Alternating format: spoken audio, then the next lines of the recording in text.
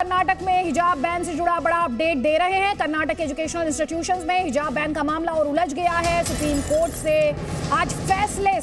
Court के फैसले से उम्मीद की जा रही थी इस विवाद पर विराम लगेगा, लेकिन सुप्रीम कोर्ट के जो दोनों जस्टिस थे उनकी राय बटी हुई थी, अलग अलग थी। दोनों ने अलग अलग फैसला सुनाया। एक तरफ जस्टिस गुप्ता रहे जिन्होंने बैन के खिलाफ अपील को खारिज कर दिया। ये अपील की गई थी कर्नाटक हाईकोर्ट के फैसले के खिलाफ जिसमें हिजाब बैन को सही बताया गया था।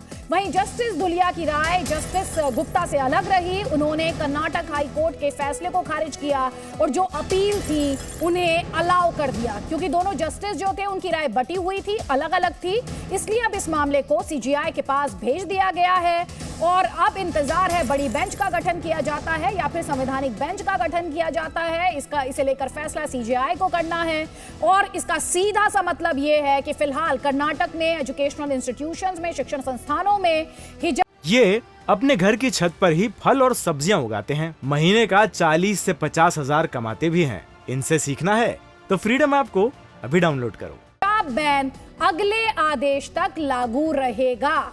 हम आपको ये बड़ी खबर लगातार दिखा रहे हैं, साथ ही हम आपको ये भी बता रहे हैं कि किस तरह से अब ये मामला जाएगा बड़ी बेंच के पास और इसका सीधा सा मतलब आज जो कुछ सुप्रीम कोर्ट में हुआ उसका सीधा सा मतलब ये है कि कर्नाटक में एजुकेशनल इंस्टीट्यूशंस में जो हिजाब पर पाबंदी है अभी वो बरकरार रहेगी, क्योंकि सुप्रीम कोर्ट में ये स्प्लिट वर्डिक्ट रहा।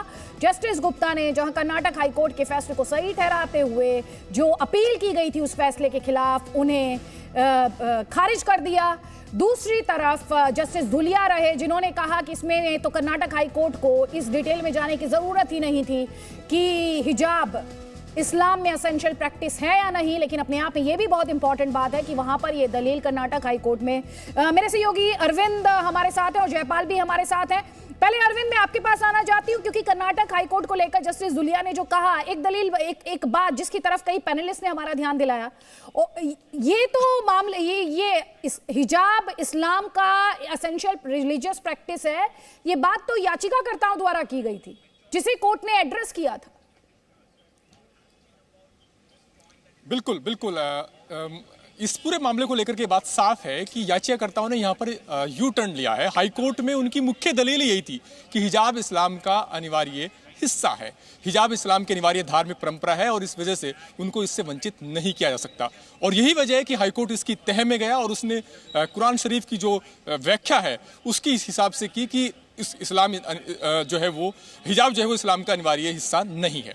जब सुप्रीम कोर्ट में ये बात चल रही थी तो याचिकाकर्ताओं ने कोर्ट के रुख को देखते हुए यहाँ पर उनके कुछ वकीलों की तरफ से बात जरूर कही गई कि कोर्ट को इसकी तह में नहीं जाना चाहिए कि हिजाब इस्लाम का अनिवार्य हिस्सा है या नहीं, क्योंकि कोर्ट इसके लिए सक्षम नहीं है। कुरान शरीफ की जो व्याख्या हाईकोर्ट ने की है और जिसके आधार पर यह माना है कि ये इस्लाम का अनिवार्य हिस्सा नहीं है क्योंकि इसके न पालन करने पर कोई दंड का प्रावधान नहीं है, तो याचिकाकर्ताओं का यह कहना था कि कई सारे ऐसे फर्ज हैं जिनका पालन न करने पर दंड का प्रावधान नहीं है, लेकिन इसका मतलब ये नहीं कि वो अनिवार्य हिस्सा नहीं है। तो यहाँ पर याचिकाकर्ताओं ने यह कहा कि इस बहस में न जाए से मौलिक अधिकारों की कसौटी पर परखे, लेकिन इसके बावजूद कुछ वकीलों ने यह भी कह दिया कि ये अनिवार्य हिस्सा ही है और कुरान शरीफ में जो कहा गया है वो आदेश है, उसे मानना अनिवार्य है।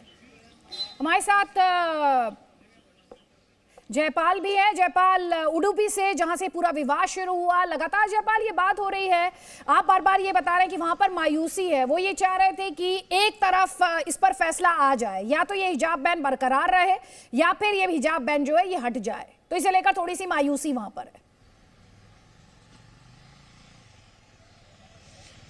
जी बिल्कुल अदिति, मैं आपकी इस बात का जवाब दूंगा, लेकिन उससे पहले मैं कुछ चीज़ों को स्पष्ट करना चाहता हूं। थोड़ी देर पहले हमारे एक पैनलिस्ट के द्वारा ये कहा गया कि जब देश के दूसरे प्रदेशों में हिजाब अलाउड है तो कर्नाटका के अंदर में ऐसा अलग नियम कैसे हो सकता है। तो यहाँ मैं कुछ चीज़ों को बिल्कुल क्लियर करना चाहता हूँ कि दरअसल हाईकोर्ट का निर्णय आने से पहले कर्नाटका सरकार के द्वारा पीयू कॉलेजेस के अंदर में किसी तरह का कोई आदेश नहीं था। कर्नाटक के अंदर में हर पीयू कॉलेज के अंदर में एक सीडीसी होती है, college development committee. College development committee के पास ये अधिकार होता है कि वो अपने कॉलेज के अंदर में किस प्रकार के निर्णय लेना चाहता है। वो ड्रेस कोड रखना चाहता है, वो ड्रेस कोड नहीं रखना चाहता, वो हिजाब अलाउ करना चाहता, वो हिजाब नहीं अलाउ करना चाहता। जिस कॉलेज से ये मसला शुरू हुआ है वहां पर हिजाब 1985 से अलाउ नहीं है। ये बहुत बड़ी बात है कि 1985 से अलाउड नहीं है। तो अचानक 2021 दिसंबर में ये विवाद कैसे खड़ा हो गया। और ये बहुत सबसे बड़ी इंपॉर्टेंट बात पॉइंट है जयपाल जो आप और उठा रहे हैं, और ये मामला इस तरफ ध्यान दिलाया भी गया था कोर्ट का। ये मामला कोर्ट में भी आया था कि अचानक से ये प्रोटेस्ट स्टार्ट हुए हैं, उससे पहले इसे लेकर कोई विवाद रहा नहीं और इसके पीछे साजिश भी बताई गई थी।